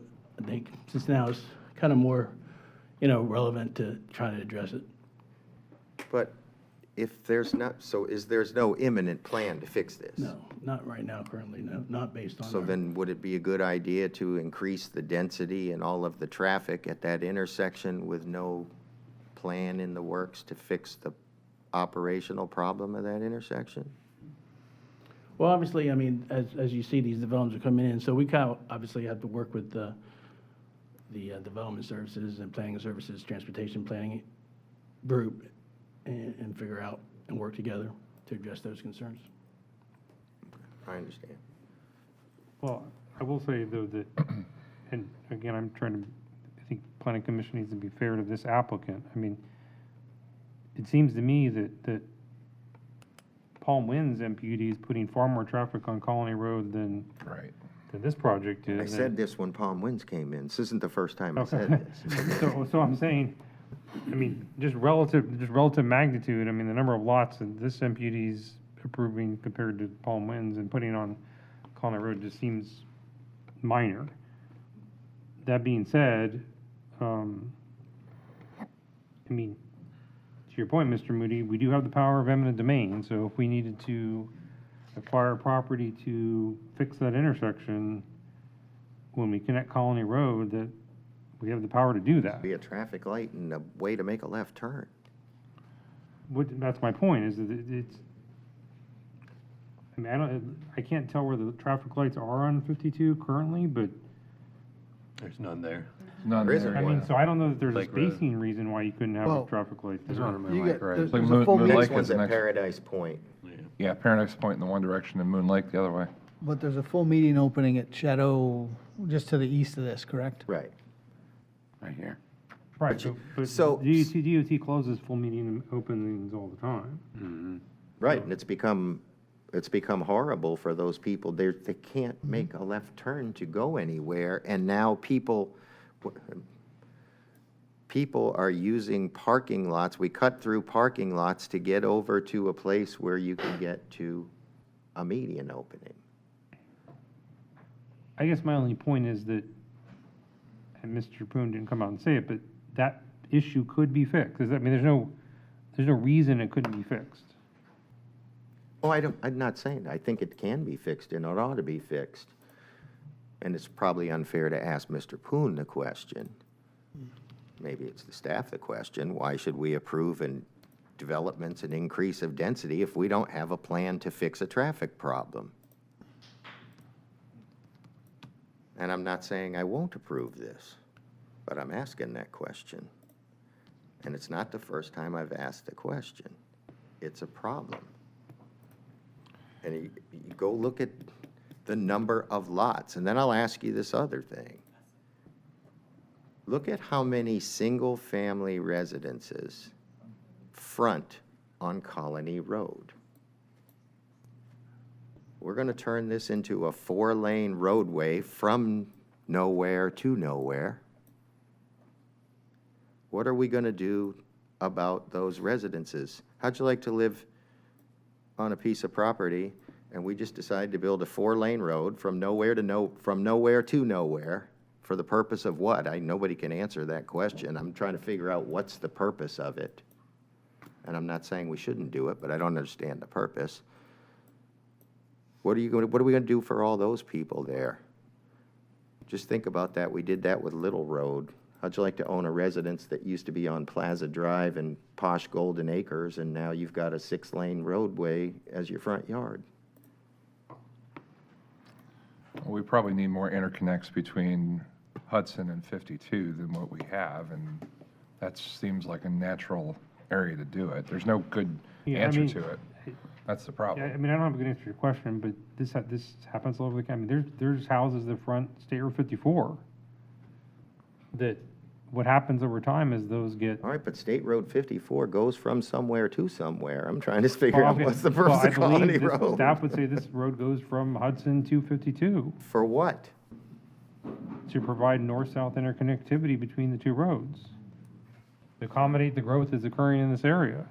But then when the reason these roads are on our vision map is because we've projected that at the densities that our future land use allows in this area, you need more roads to accommodate it. That's right. And they need to be functional. When you get to the end of the road, you get to the state highway system, you need to be able to make a turning movement. That was my point, is that I think that solution, I don't disagree with you that that existing situation is not good, but it can be fixed. These kinds of problems happen all over the place, like Belcher Road, Clearwater. That was a residential road, and you just can't foresee sometimes in the future. But obviously, Colony Road, in my mind, would be a natural connection going north because it's always. I agree. But you got to do it. You got to put it in, and you got to put the light there to really accomplish anything. Yes, and that's what I'm So, trying and to the get. problem that I would have if I lived there is we got a vision road there, but what's the vision? When is it going to be done? So I think Mr. Pitos wants to say something. He's had his hand up for a while. Oh, I'm sorry. It's all right. Go ahead. Nectarios Pitos, Planning, Development, Economic Growth. I just wanted to mention that collector roads, yes, they can take people from point A to point B, but the main idea of a collector road is in the name. It collects development, basically, and directs them either to additional collector roads or to the arterials. That's what's happening in the case of Colony Road here, where point A is actually in the midst of Hudson and State Road 52. It's all the neighborhoods that are linking to Colony, and those people then are able to get out to the collector road on Hudson or the arterial road down on State Road 52. That's the main function of the collector itself. It's not unusual that homes open onto collector roads across the country, even here in Florida and in Pasco County.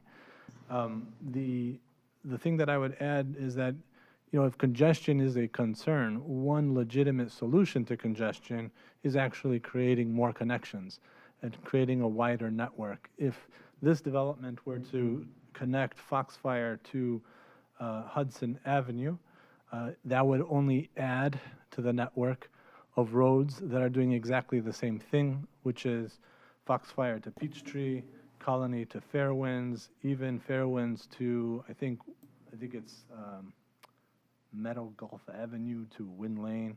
I'm looking at it from a very high level here. Anyway, the point is that there's a number of connections that are going to lead up to Hudson Avenue. So keep that in mind in terms of what a collector can do and how congestion can be mitigated. I'm sure that today we do not build collector roads that have residences fronting onto them with driveways, et cetera.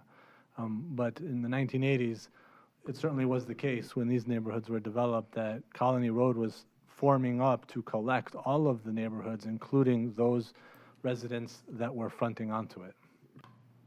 Well, I've been here, and I can tell you where Colony Road is and why it's named Colony Road. Because it goes to a nudist colony. That's why it's there. That's what its purpose was. It wasn't built as a collector road. It was built as a road to get to the nudist colony, which I understand may be for sale now, but anyway, what I'm trying to point out is, if we're going to develop this area, and I'm not necessarily opposed to development in this area. I recognize its future land use is Res 3. What I'm trying to say is, somebody needs to go solve a transportation problem before we have a transportation problem. That takes looking at it. Thanks, We'll Will. Get it done.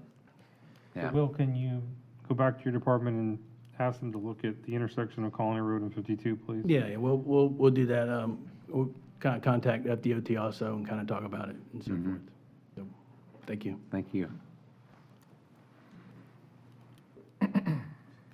So Barbara, one minor point. We talked about it earlier, but this connection to Palm Winds, I did look at your MPD plan and it does show the connection, but it looks like it goes through, at least on the MPD plan, it looks like it goes through land that you own. And there's no right-of-way dedication requirement for that interconnect. So I think there needs to be, if it's not going to connect directly to the Colony Road right-of-way, there needs to be a right-of-way dedication condition for that missing piece of I agree. Roadway. I agree, and I'll work on that condition with you and staff. We certainly don't, we're here, standing here, we're going to do connectivity because the code requires it, but then we're going to have a strip here that doesn't allow the connectivity. Right, we have a neighborhood to the east that actually contemplated this connection. Correct, And correct. so we need to make sure it actually occurs. Could you put Agree. I that did not back up, catch that, so. the map of the two? Yeah. Okay, yeah, I see what you're saying. And we have the arrow on our MPD plan, but there could be a little bit of a gap there. So we need to make provision for that to make sure that we give the right of way so there's not a gap. Yeah, it looks like the car's through the little corner there. Okay, good eye. Certainly wasn't intentional. I don't do things like that, so we'll get it fixed. Okay. Any more questions for Barbara? Good catch, David. Okay, so I think that was it from the public, right? Any other motion? I just wanted to echo what John's point about that Colony Road and 52. The people get off the highway there in the Suncoast, they're going about 60 miles per hour on there. And I drive that every day. There's also a curve there, so you can't really see where the cars are coming until they're right on you. So it's very dangerous, and I just want to echo, have the county look at that, and if you could expedite that in any way. Yep. And look at signalizing it. Does anybody know how much of the Palm One MPUD is already built? There are houses going vertical in there. I don't know whether all the streets are in, but I know up close to Hudson Avenue, you can see the new homes, and there's still dirt being moved, but I know they got models and that kind of stuff. Yeah, I'm just saying that given the board's decision to connect that project to Fairwinds, it just seems like that's an issue that should be looked at Sooner than unrelated to this MPUD. I mean, because look at the number of units that in Palmwind that are approved will make that connection to Fairwinds. That's got to be 300 units there? I don't know how many, 400? does anybody know how Palmwind was approved for? But it's a lot more than this MPUD. It was like 390 or something like that. But there's another one, David, there at the corner of Fairwinds and 319. 319. There's, yeah, this- there's another one if you go further south at Fairwinds and Colony on the southeast corner. That subdivision is now complete and ready to go vertical. So that's a lot of I think that was people 180. Was that 180? I believe so, yeah. So Yeah, Mr. That's a lot of Moody- new Mr. development Moody, there. my only point is you made a point at the last meeting about not punishing the current applicant for sins of the past. And to me, the sins of the past here were that we approved the Palmwin MPUD and then the project you just talked about without addressing the Colony 52 intersection. This seems like it's just the last one in that is actually putting a very small number of units to a problem that was I already didn't say I was occurred. going to vote against it. I'm just saying. I also said at the previous meeting, because I ask a question, don't presume that I'm I understand that. There's predisposed definitely a to problem that something. needs to be dealt with, and sooner rather than later. Just another good opportunity to bring it up. So all that said, I agree that Barbara's applicant shouldn't be penalized for this, so I'll make the motion to approve PC6 with David's suggested addition On the interconnect to on Palmwin. the interconnect, correct? Okay? we I'll have a second motion. that. We have a second. Further discussion on the motion? If not, all in favor signify by saying aye. Aye. Opposed, like sign. Motion carries.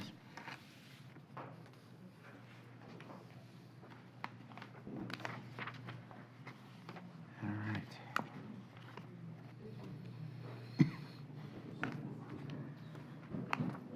We got one more. PC8? Yeah.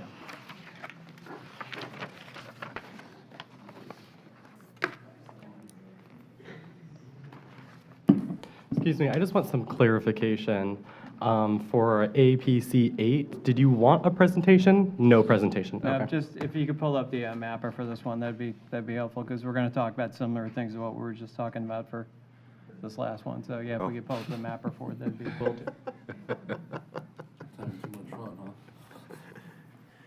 It's not over. Fix the traffic problem before we have the problem.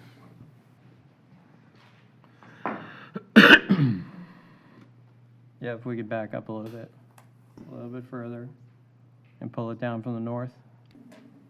There you go. Okay, so I'm not opposed to this project. I assume this is going to be a daycare center, which is needed in this area. My concern is you can see, actually, if you could click off the parcel, so we could see the road alignment of Aaron.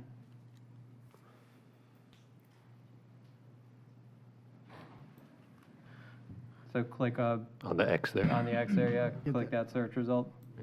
So you can see that curve from the north there. I live in a Wilderness Lake Preserve, which is just to the north of here.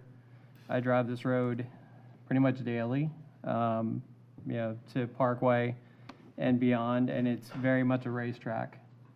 This parcel here is pretty well landlocked. I actually drove past it today to see if there was any potential for cross easement to Pristine Lake, which goes directly across to Parkway, and I think will eventually be signalized, which would be an ideal out for this, but there's not, because there's a stormwater pond there.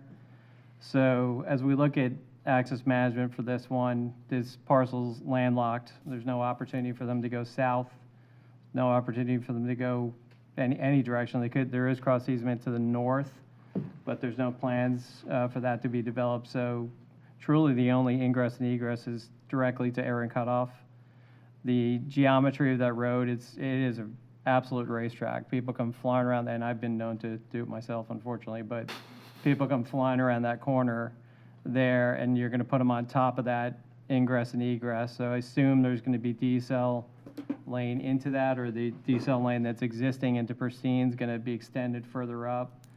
But I just wanted to go on the record to share my concerns about the traffic and the Aaron Cutoff there. That's my So- only comment. I might be able to help because Commissioner Waitman has raised a similar concern, and we've had residents raise concerns about Aaron Cutoff.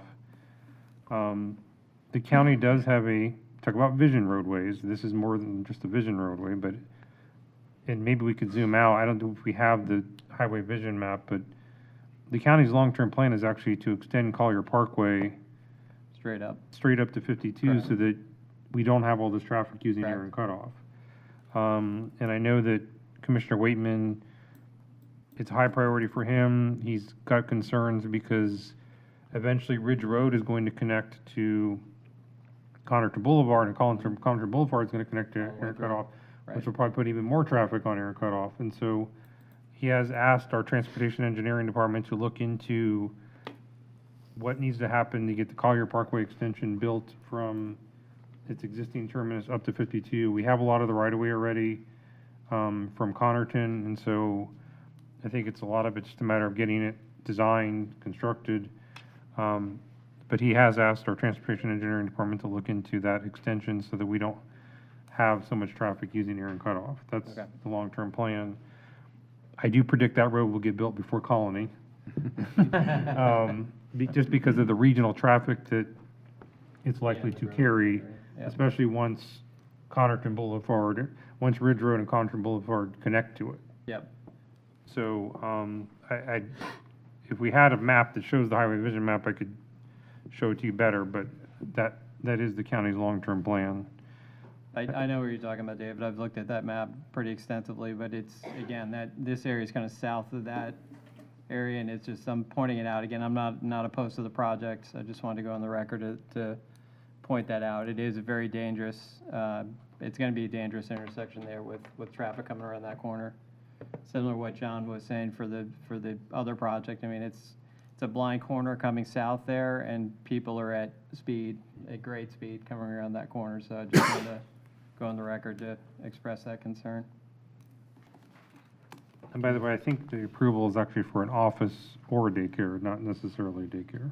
Well, I assume it's going to be daycare, but that's what I said. Well, But yeah. I guess we could let the applicant speak to that, but it's for one of the both. It's regardless of what the use is going to be, it's the same concern would be there, because traffic is going to be on top of that ingress egress before people know it. It's very short distance there coming around that corner. And that parcel is unfortunately landlocked. I mean, there's no direction. Even if there's ultimate development to the north there and there's a cross access there, I don't think it really helps that issue at all. Makes it worse. Barbara, would you like to speak as the applicant? Again, I'm not objecting to the project. Barbara Wilhite, 6327 Grand Boulevard. We have not done the access management analysis Right, yet, and I exactly. appreciate you pointing that out. And it'll be officer daycare, most likely daycare, Okay. which will be community serving, so, Okay, thank you. thank you, Barbara. Anyone here to speak against it, or object, or have questions? See no one. Okay, any further discussion on this one? Not all in favor, let's make a motion. Motion to approve. Second. All in favor, signify by saying aye. Aye. Opposed, like sign. Carries. Excuse me, Mr. Chair. I know that was your last item, but I'm being told I have to read a correction for PC 7, which was your consent item.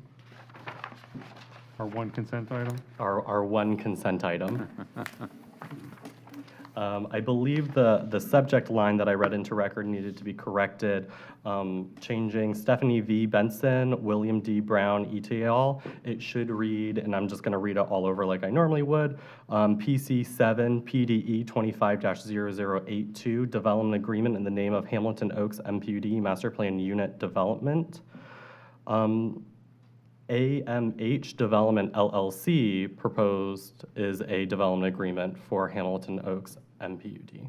It should be reading AMH Development LLC. Does somebody want a motion so that we approve it with the new name? I don't know if you need to do a new motion. I just want to make sure it's on record. If you feel like there needs to be a new motion, I would It defer to wouldn't you. change, it's not substantive to the, I mean, you already approved the item. It's, Yeah. I think it's fine. there's no change You to just- the meat of the item. Hopefully, we wouldn't prejudice a case by who the applicant was. The only thing I would ask is when it gets put on the board agenda, if you could just make sure it's got the correct name. I will make sure staff does that. Okay. No, William, you're not going to use the correct name? You're shaking your head no. I was saying absolutely I will. Oh, okay. No means yes, huh? Okay, That's all I had for you. I guess we've done it then. I hear a motion to adjourn. Motion to adjourn. Second. All in favor? Aye. Hey.